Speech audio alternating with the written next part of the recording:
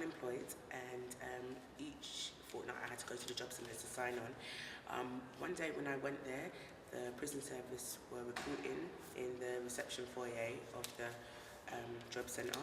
I filled out an application form there and then. I spoke to a representative from the prison service. A couple months later, they contacted me because they needed me to fill in another form so that they could send off for my CRB check, because you have an intense CRB check if you work for Her Majesty's Prison Service. And within a couple of months after that, I was given the job. When you first start in the prison service, you're what you call an OSG, and that's basically a support grade officer.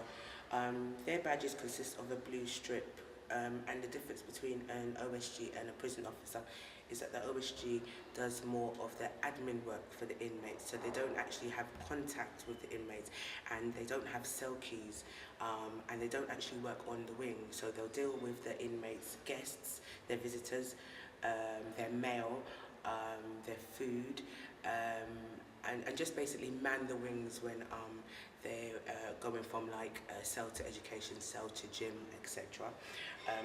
Once you become a prison officer, you will lose your glue line and you'll get a crown. So this would tell any other member of staff in the building that I am an officer, I'm no longer an OSG. So as you can see, there's a clear difference. Basically, the prison officers work on the wing, they have cell keys, and they're more hands-on with the prisoners. A normal day, for example, for the inmates to receive their mail, what would happen is a big sack of letters would come via Royal Mail.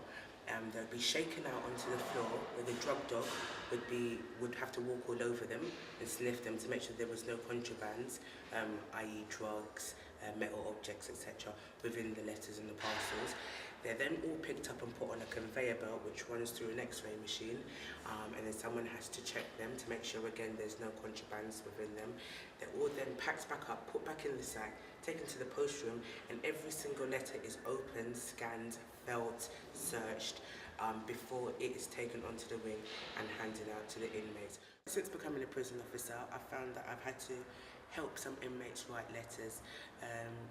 What I tend to find is that some inmates that are quite maybe hostile or have big attitude problems, those are the inmates that actually are unable to read or write. So sometimes in your day you have to take out maybe half an hour, 45 minutes, and have a letter dictated to you by that inmate, writing exactly what he wants to say for him because he's unable to write, and get that letter sent out for him to his family or loved ones. These are the letters that I've been getting over the past 6 years, since everybody turned 18 in my age group, obviously. I'm like, what, 23 now, so 5 or 6 years. This one was armed robbery. That was around 5 years ago. This one, firearms. That was around 3 years ago.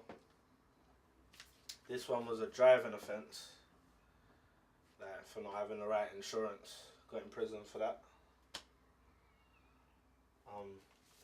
This one was armed robbery as well, and so was this one.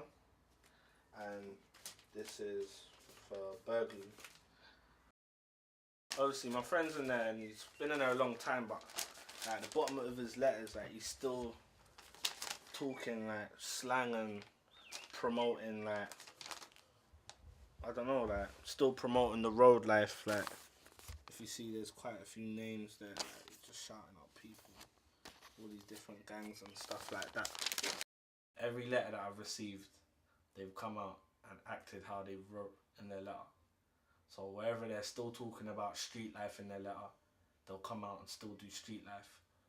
And the letters that I've got, like my goddaughter's dad, he was in jail for the car offence, and he was doing courses, studying in there, and as soon as he come out of jail, he jumped on, he took the qualifications he had from jail out to the outside world and brought it through into his working life now.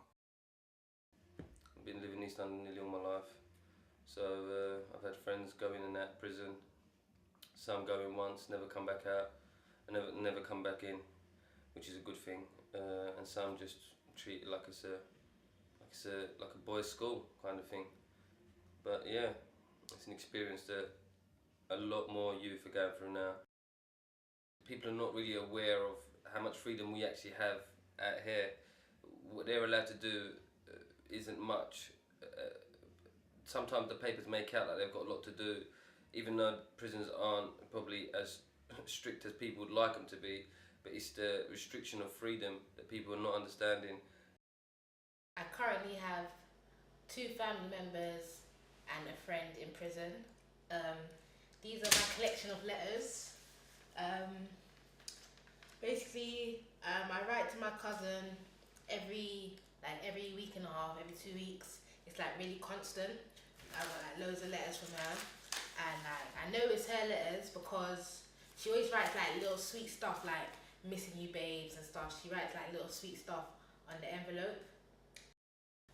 When you get the phone calls, there's only a certain amount of time you can speak to them for, so it's like you have to cram everything into like a couple of minutes.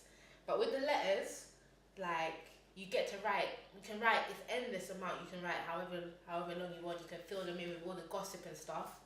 And I don't know, I feel like their personalities come out a bit more when they write letters, because my brother writes some funny letters to me, like I'll just be reading it and just like dying with laughter, and like my boy as well, he's always writing to me about girls.